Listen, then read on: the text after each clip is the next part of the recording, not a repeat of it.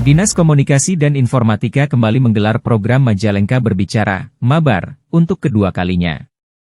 Program ini bertujuan untuk memberikan informasi dan literasi seputar isu-isu hangat kepada masyarakat. Mabar kali ini mengusung tema, sinergitas pemerintah dan media dalam menangkal informasi hoaks, pasca pemilu dan menjelang Pilkada serentak 2024. Nah, alhamdulillah puji syukur atas kehadirat Allah Subhanahu wa taala tentu saja pada hari ini Selasa 5 Maret 2024 kita bertemu kembali dalam program Mabar yang dimana program ini merupakan inovasi dari Diskominfo Majalengka dalam mengupas tentang isu-isu strategis program dan inovasi Pemkab Majalengka yang tentu saja nanti kita semua di sini bisa berdiskusi bersama-sama. Dan di mana Mabar digelar hari ini pun dalam upaya memenuhi kebutuhan informasi publik. Dan tentu saja acara Mabar ini akan ditayangkan di live channel YouTube Diskominfo Majalengka dan Tribun Cirebon. Sebelumnya Bapak Ibu hadirin sekalian, perkenalkan saya Daniati Dediwan yang akan memandu forum diskusi pada hari ini. Kegiatan ini dilangsungkan di Gedung Yuda pada Selasa, 5 Maret 2024, sebagai bagian dari peringatan Hari Pers Nasional ke-78 tahun 2024. Program Mabar volume kedua ini dihadiri oleh narasumber antara lain Kepala Dinas Komunikasi dan Informatika Kabupaten Majalengka, Haji Gatot Sulaiman, anggota PWI Jawa Barat Giok Riswoto, dan Ketua PWI Kabupaten Majalengka Pardi Pai Supardi. Dalam sambutannya, Kadis Kominfo Kabupaten Majalengka, Haji Gatot Sulaiman, menekankan pentingnya sinergi antara pemerintah, masyarakat, dan media dalam menjaga stabilitas kehidupan bermasyarakat. Gatot juga menyoroti peran Diskominfo Majalengka dalam menghadapi penyebaran informasi hoaks. Diskominfo Majalengka telah meluncurkan beberapa platform media sosial dan bekerja sama dengan lembaga media dan stakeholder lainnya untuk menangkal berita palsu dan memberikan informasi yang positif kepada masyarakat. Pasca pemilu kemarin, tanggal 14 Februari, dan saat ini kita akan menjelang Pilkada 2024, termasuk untuk Kabupaten Majalengka akan memilih pemimpin yang baru. Tentu sekali banyak informasi dan konten hoax yang beredar.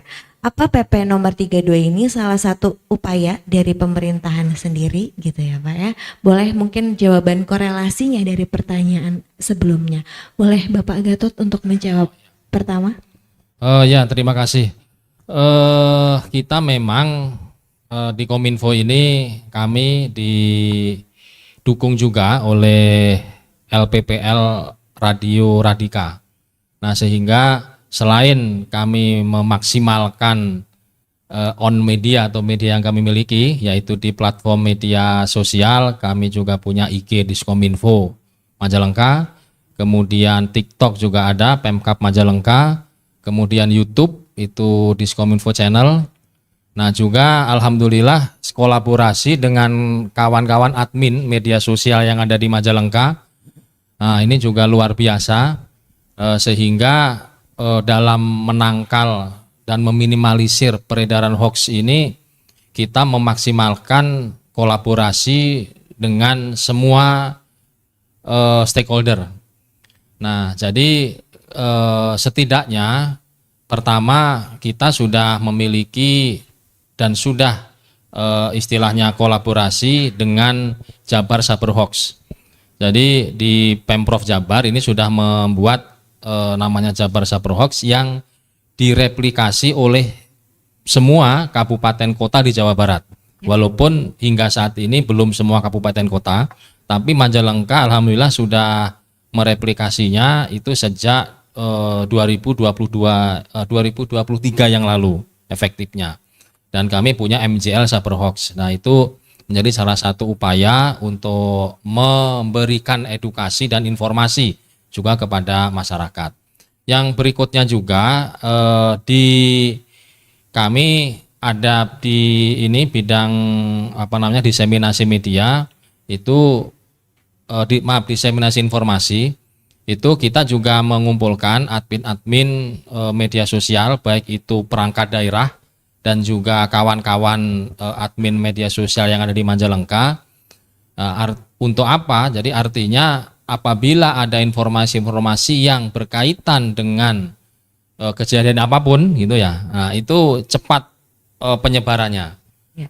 Dan termasuk apabila ada informasi yang mungkin perlu ditanyakan, itu di kawan-kawan admin itu ada komunikasi dulu sebelum itu di up di media masing-masing. Ya. Demikian, Pak. Di sisi lain, anggota PWI Jawa Barat, Gio Kriswoto, mengapresiasi upaya Diskominfo Majalengka. Beliau juga mengajak insan media untuk terus mengembangkan keterampilan mereka dalam era digital serta berperan secara aktif untuk ikut menangkal berita hoaks serta meningkatkan kualitas pemberitaan yang disampaikan kepada masyarakat. Seperti yang diketahui dalam peringatan HPN di tahun 2024 ini, Presiden RI Joko Widodo telah menandatangani PP nomor 32 tahun 2024 tentang tanggung jawab perusahaan platform digital untuk mendukung jurnalisme berkualitas. Saya ingin bertanya ketiga narasumber tentang pendapatnya masing-masing tentang PP 32 ini, karena banyak sekali yang menilai bahwa PP ini justru membatasi kebebasan pers ya. Boleh dimulai dari Pak Giok dulu, mangga. Baik, terima kasih. Ini memang publish right ini sampai sekarang masih kontroversi ya. Tapi secara umum, kalau saya menilai bahwa niatnya baik, itikadnya sudah baik, dan ini itu untuk mengatur, kan fokusnya sebenarnya untuk mengatur platform digital. Jadi hanya saja memang yang sedikit tidak tepatnya, mungkin kurang tepat ya, itu karena kualitas berita itu sebenarnya ranahnya bukan ada di platform digital, tetapi di media masing-masing. Jadi ketika mau tujuan utamanya mau meningkatkan kualitas pemberitaan, yaitu sebenarnya ranahnya ada di media masing-masing. Nah, tapi secara aturan, bahwa itu kan aturannya adalah untuk platform digital, itu menurut saya sudah bagus. Karena memang platform digital itu harus ditata. Selama ini kan mereka sudah menjadi bagian dengan kecanggihannya, dan kalau kita mau mengejar itu tidak akan kekejar, karena platform digital itu sudah berangkat itu dari 10-15 tahun lalu.